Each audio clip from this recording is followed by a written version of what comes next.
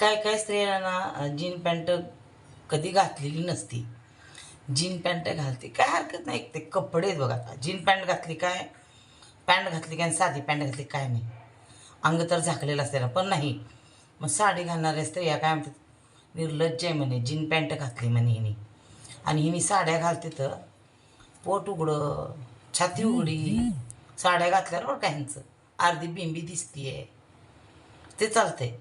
आणि पोरींनी jean pant घातल्या ना की त्यांना नावं ठेवायचं. अरे घालू दे ना, तुम्ही पण घाला जीन पॅन्ट. जीन पॅन्ट घातली त्यात वावगं काय, लय भारी दिसते. तुम्ही घालून तर बघा, एकदा ट्राय करून बघा.